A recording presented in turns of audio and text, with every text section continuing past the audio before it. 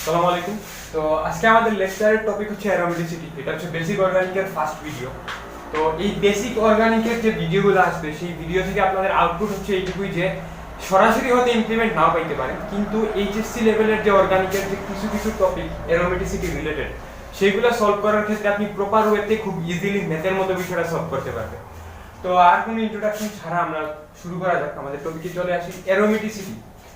Aromaticity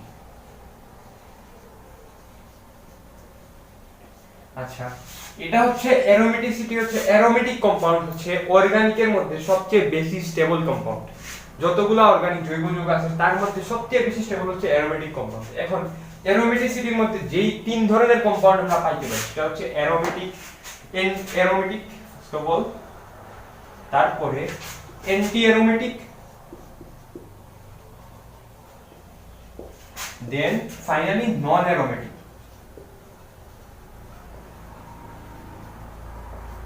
এখন কথা হলো যে এই তিন ধরনের কম্পাউন্ডের মধ্যে আমরা কিভাবে চিনব কোনটা কোন কম্পাউন্ডের হয়।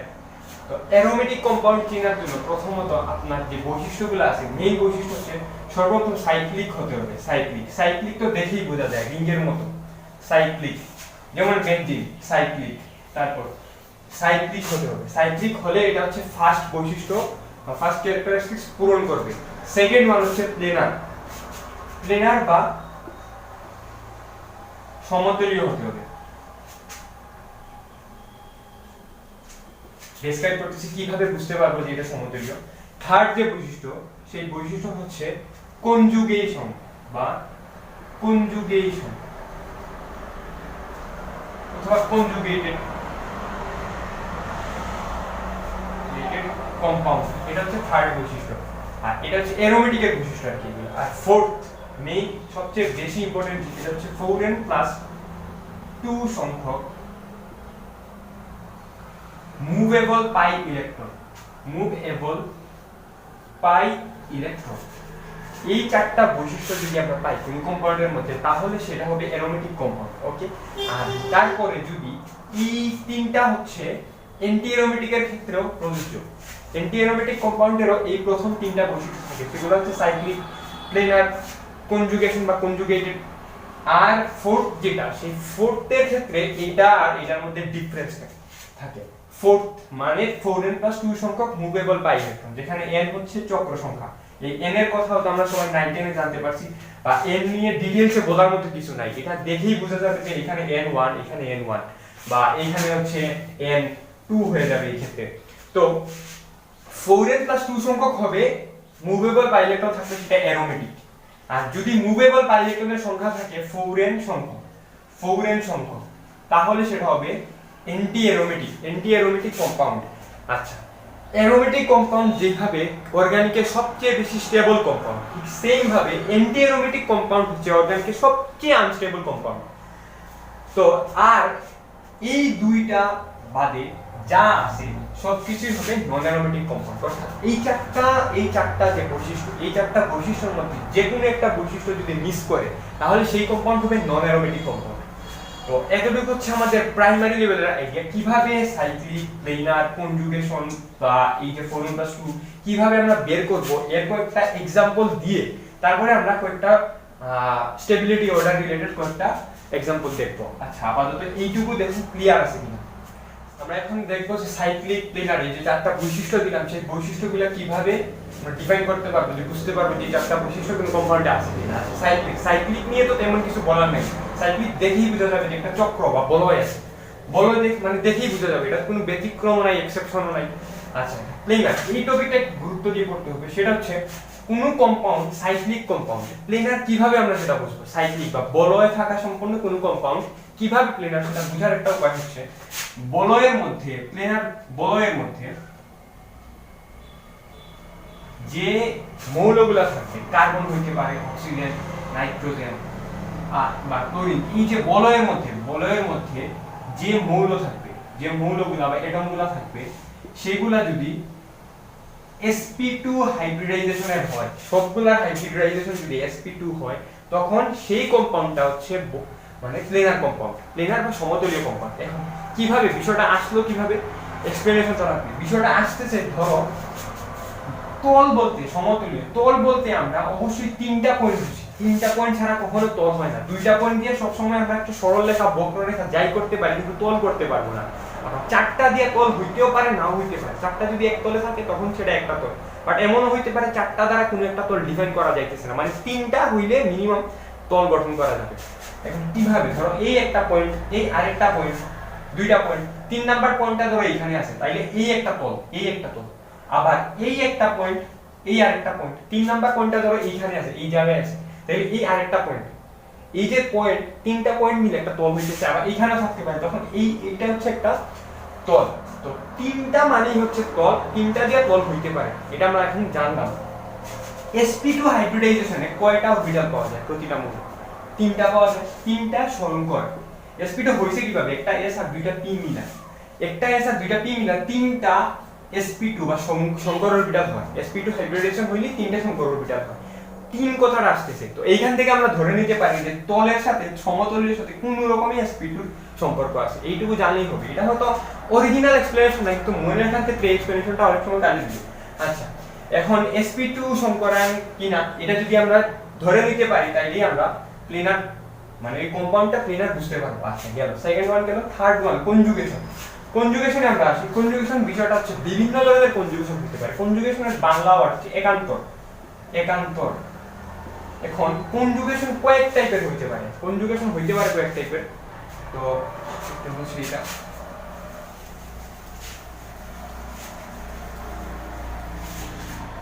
আগে আমাদের সবার হয়তো প্রাইমারি একটু ধারণা আছে কনজুগেশন বলতে আমরা বুঝতে পারি যে একটা পাই বন্ড, একটা সিগমা বন্ড, একটা পাই বন্ড, এইভাবে একটার পর একটা আসতেছে, বা এটা অন্যরকম হতে পারে সিগমা পাই সিগমা। এটা হচ্ছে ওয়ান কাইন্ড অফ কনজুগেশন। কোন বলের মধ্যে যদি এরকম কোনো প্যাটার্ন আমরা দেখতে পাই, প্রথমে একটা সিগমা আসছে, তারপর একটা পাই আসে, তারপর একটা সিগমা, বা প্রথমে পাই তারপর সিগমা তারপর আবার পাই, তাইলেই আমরা ধরে নিব যে ওই বলটা হচ্ছে কনজুগেটেড বলয়, বা ওই বলয়ের মধ্যে বা ওই সাইক্লিক কম্পাউন্ডের মধ্যে কনজুগেশন এক্সিস্ট করে। আচ্ছা, আরেক ধরনের কনজুগেশন হতে পারে, সেটা হচ্ছে একটু ডিফারেন্ট। ডিফারেন্ট বলতে আমরা সবাই দেখছি, কিন্তু আমাদের আসলে এটা যে কনজুগেশনের ভিতর করে সেটা আমরা জানি না।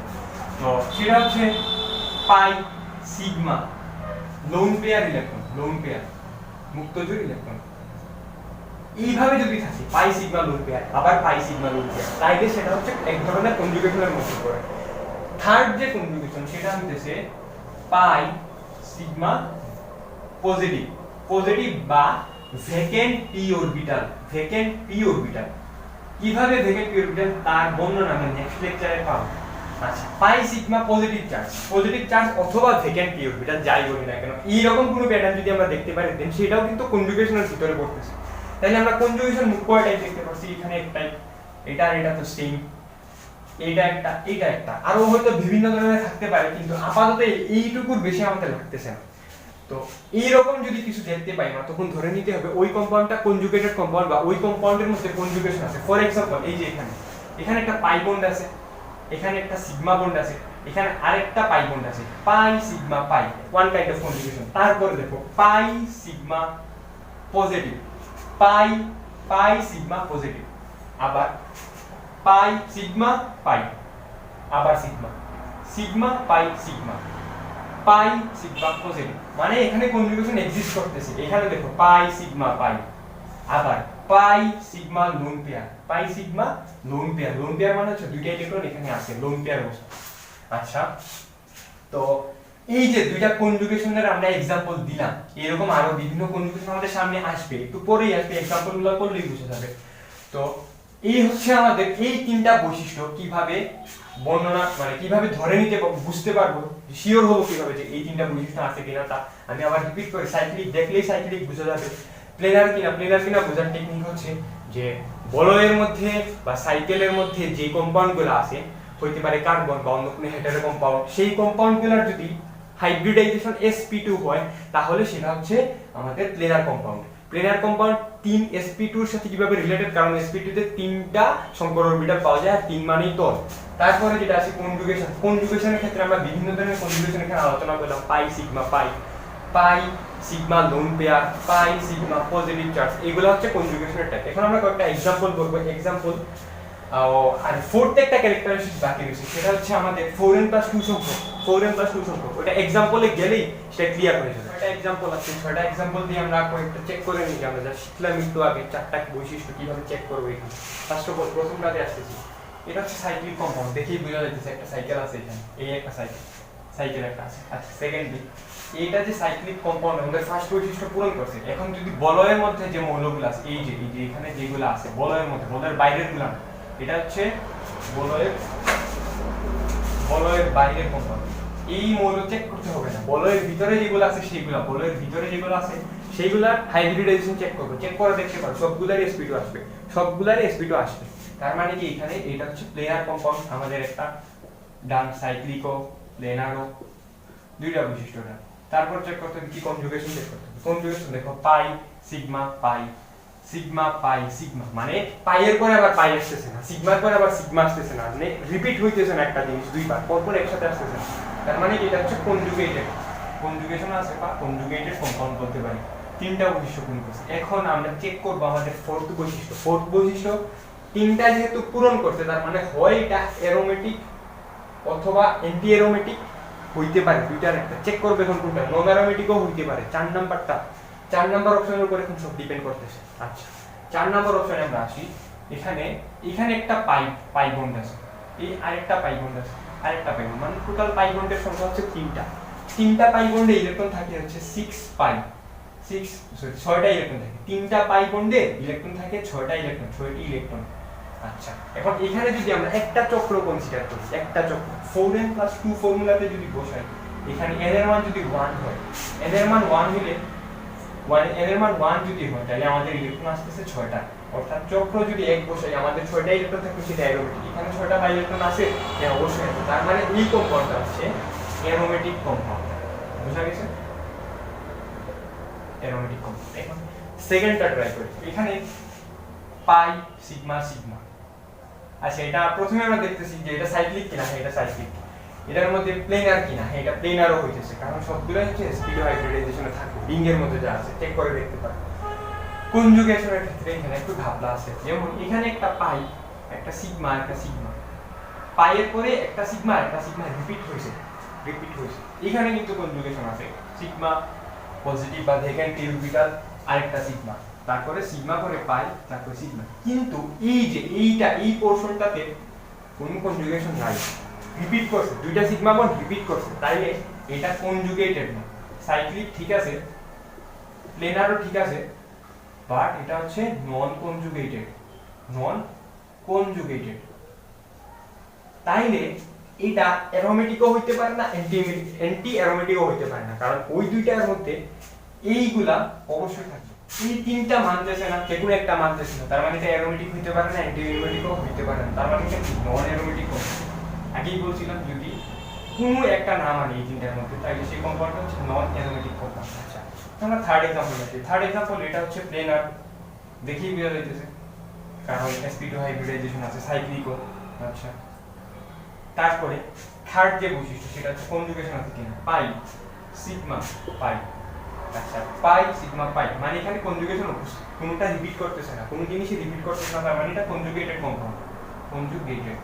আচ্ছা এখন আমরা ফোর্থ যে বৈশিষ্ট্য সেটা আছে, মানে আমরা পাই ইলেকট্রন সংখ্যা এখন ঠিক করে কয়টা আছে। এখন হ্যাঁ সাইকেল হচ্ছে একটা, আচ্ছা ধরো সাইকেল হ্যাঁ একটা, তো এইখানে পাই বন্ড আছে দুইটা পাই বন্ডে ইলেকট্রন থাকে কয়টা, 4টা ইলেকট্রন, 4n, অর্থাৎ 4n সংখ্যক আসছে।